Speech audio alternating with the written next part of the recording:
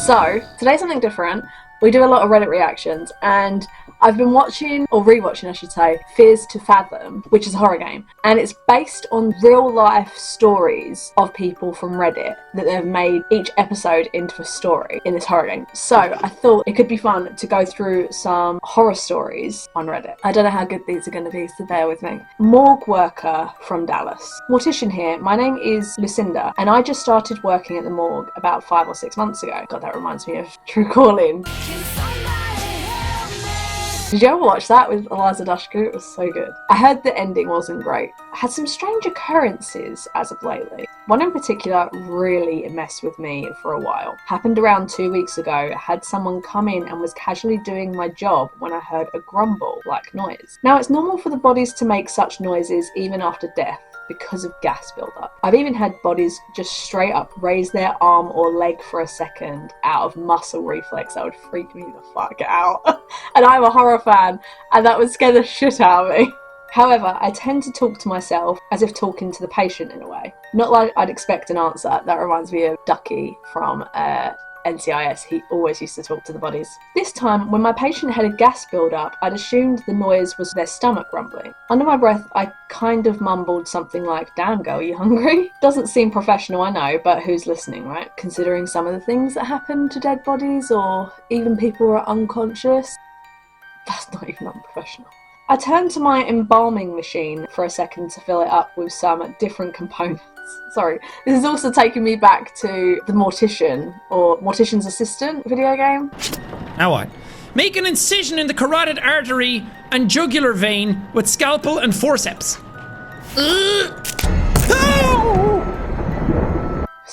It was so fucking freaky, but it was so good. I turned to my embalming machine for a second to fill it up with some different components, and not even 3 minutes pass before I hear a raspy whisper-like moan, saying very much. I've never walked out on a client, but that day I almost did. Oh, yeah, literally, what the fuck, no way, no way. That very well may have been my last day of the job. What's fucking freaky, I've said before that there has definitely been, I caught it on camera in here, in this flat. Okay, so I'm currently in the middle of editing right now, and can someone please explain what the fuck I just caught on my camera? So I stayed in that toxic relationship for another 2 years.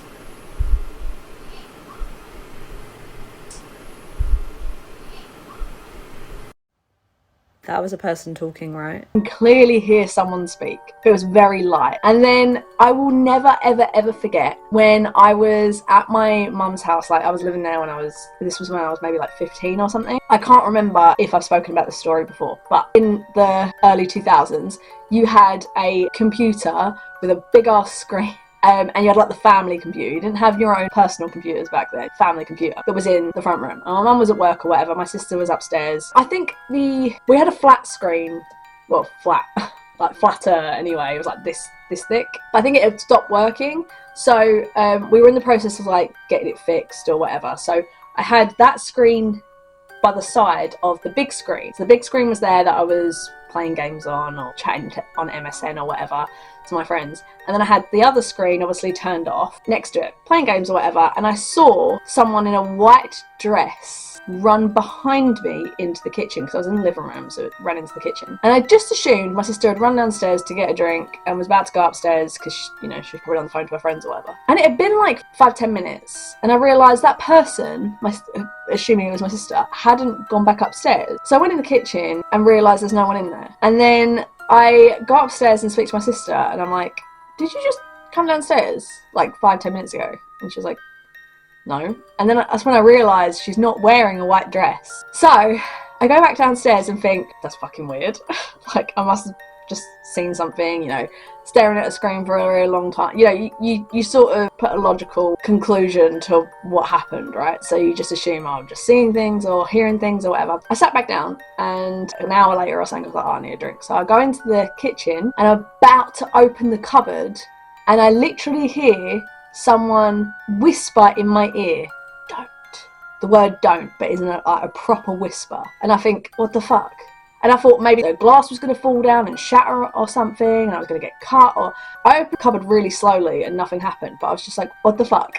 I've had a few weird things happen. The majority of the time I think it's just my brain sort of firing off random things and it's making me hear things sometimes. But there are certain times where I'm like, you know when you're half asleep and you think it's just my imagination. But there are times where I wonder if I am actually genuinely hearing things or if it is the other side trying to get through. It's weird. I've never been like terrified, by the way, of any of these things happening. I'm more curious about them. They've never seemed like harmful to me. Something was in my room. I'm writing this after it happened. I'm 14. I live with my parents in a 2-story house. It was around 3 a.m. when I woke up to something falling in my bathroom. I've had that so many times in my flat where it sounds like something clearly has fallen.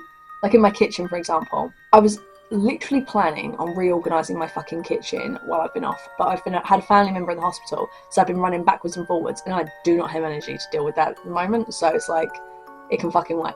But there are certain times where I'm like, oh, Casper's knocked something over, or gravity's just made something fall. And I go into the kitchen and I'm trying to find the things fell that I've clearly heard fall, and I can't find anything. It's the weirdest shit. I didn't move as I was scared, you could say. Nothing happened for a few seconds, but I heard my bathroom door slowly open. I got confused at that point, but then I heard slow moving steps of some sort on my carpet. That's the freakiest thing, when you hear like the crack or like the weight of something on the floor. Oh, and you just think, I'm home alone. What the fuck?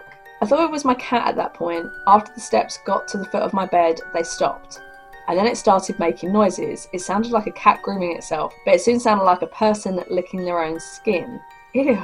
Suddenly it stopped. Then I felt something go onto my bed. It felt like a cat on the bed, but I heard no jumping noise. Cats are pretty quiet, to be fair. I could feel it putting pressure onto my bed. I'm not sure how to explain it, but there was something on my bed. Then it stopped moving. I sat in my bed for what felt like an hour, but then I moved and turned on my lamp. Nothing was there. I ran out of the room and I got my mum. When we went back into the room, nothing was there. If anyone has any possible explanation for this, please tell me. And I should add, my cat was outside at the time and my windows weren't open. That sounds exactly like sleep paralysis. Is that what it is? I've had that before. I'm not even joking. I've been like half asleep and it felt like someone lay in bed next to me, like put their hand on my shoulder and rubbed my shoulder. It was the fucking freakiest thing. And I turned around almost immediately and obviously there's nothing there. It freaked me out. Is that what that is? It sounds like a cat with hands.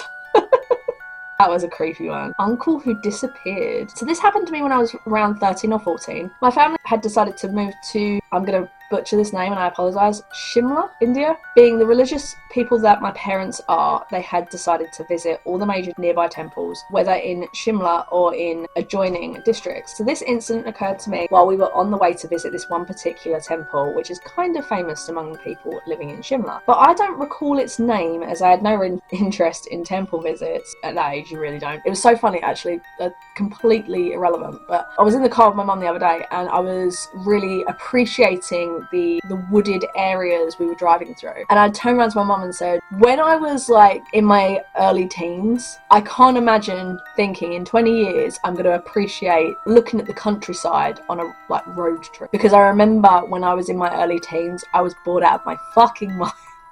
So yeah, when you're a kid, your priorities are very different. The only thing I remember is that the temple was on the peak of a tall mountain and the path to it was very steep and narrow. So we were in the car along with the driver. My mother and I were sitting in the back while my father was in the front with the driver. In order to pass the time, I was looking out the window. Now, I think this would be a bit hard to imagine, but I will try my best to describe it. On the side that I was sitting on, you could see the mountain and the parallel road, which is above the road we were on. And it will take you further up the mountain, while on my mother's side was the mountain ditch. But these are not two separate roads, but just one single narrow road which is winding upwards. As I was gazing on the road up above us, which we will be on after taking the next turn, I see an old uncle, and he is so old that he is bent at the waist and walking with a stick very slowly. I watch him for a few seconds, but soon some trees block my view as the turn which will take us to the particular road arrives. As soon as we turn and I have a clear view of the entire road, I do not see him anywhere. He has completely vanished. and there is a single road to walk on. No other path. One side, it's steep mountain with no way of climbing it, and on the other, there is a cliff from which falling off will guarantee death. There was no car or any other person apart from us on the road. I looked for him in the trees or at the side of the road, everywhere in that small space, but he had completely vanished. This incident still gives me chills, and I'm not able to forget the image of that old bent over grandpa. The only thing I'll say is I've seen monks walk up sheer cliff faces while climbers are using like proper gear to get up. So could have been an apparition, so it could have been in their head kind of thing, or it could just be that the person was going to walk up the cliff. You never know. Okay, camping. Last one. When I was 7, me and my family went to a camping event away from our town, and a lot of my parents' friends took their children to the camping spot as well. When we all got there, everyone had to park the cars far away from the camping spot. It was a long walk and the campsite, but when we all got there, we set up our tents and started a fire. We all socialised and ate food over the campfire. However, when it got really late, some people wanted to sleep in their cars instead of sleeping in the tents, which was annoying for the parents because it would mean they would have to walk for about 30 minutes to the cars and 30 minutes back to the camp. Everyone else stayed in the tents, but before we all got to sleep, someone suggested we all went into the woods nearby, except I didn't want to go with everyone else. But if I didn't, I would have had to spend an hour by myself at the camp in the pitch dark, and because of how young I was, I had a big imagination about what might be in the woods surrounding me. So I decided to go with everyone else, but mainly stayed close to my sister, who was much older than me. After a few minutes of walking, my leg caught onto something hidden under some dirt, and my sister decided to dig it up, and what we found was strange. It was a large log-like object that was wrapped in bandage with red liquid oozing from it. Ew. We unwrapped it and saw a red jelly-like substance with sticks and razor inside it. We both looked around the area and saw unpackaged baby products that were covered in brown-green like stain. We started going in deeper and saw women's products scattered everywhere that had red stains on them, but they weirdly looked like they had just been used by someone. Me and my sister then turned behind a tree and saw a dirty old sleeping bag underneath some leaves next to a single log of wood, and posters and flyers ripped and torn everywhere. And so me and my sister decided to go back, but when we looked around us only to come to the horrifying realization that we had split off from everyone else and were alone in the deep woods, and not knowing which way to go back, we tried retracing our steps. This sounds creepy. To no success, and only ended up deeper into the woods. But when we looked behind one tree, our hearts almost stopped. We saw a terrifying man, his teeth yellow and rotting, his eyes bloodshot. He was wearing a stained green t-shirt with a jacket that had holes, and had a big dirty beard with what looked like food in it. The man just stood staring at us and smiling, looking at us up and down, and I looked down and saw what looked like a large black hunting knife, and as I kept looking at it, I realised the blade was almost broken and looked like it had been used without being cleaned. Me and my sister held each other as the man stared at us, as our eyes filled with tears. We wanted to run, but we were so petrified we just couldn't. It was as if the air was being drunk from our lungs. For after what felt like years, we both ran through the forest quicker than we ever have, before the tears dropping from our face and our screams filling the silent forest. I looked behind us and the man was still staring and smiling at us with his horrific grin. Before finally we ended up back at the camp with everyone else, we told our dad, and he decided to walk us over to the car and slept in with us. The next day we all went back to the camp, and me and my sister were horrified. The tent we were meant to sleep in had been ripped and torn, and inside we found a bloody yellow tooth that looked like it had been torn out. We all then left, and me and my sister took a sigh of relief when finally leaving the campsite. I agree, that's horrifying. It almost sounds like Blair Witch, you know? Ugh, what a creepy story. Anyway, I hope you guys enjoyed this video. If you do, make sure to like and subscribe if you like it. I'd really appreciate it. I'm sorry that there hasn't been as much horror content, like Halloween content, as I wanted there to be. Like I said, if I found them in the hospital, I was really hoping I'd have a lot more spare time, but it's just not been the case. I appreciate you guys supporting my channel. I'm always really, really grateful for that. If there is any specific content you want to see, if you enjoyed any of these stories and you want me to find some more, let me know in a comment below. But I hope you guys enjoyed, and I hope to see you all in the next one. Bye!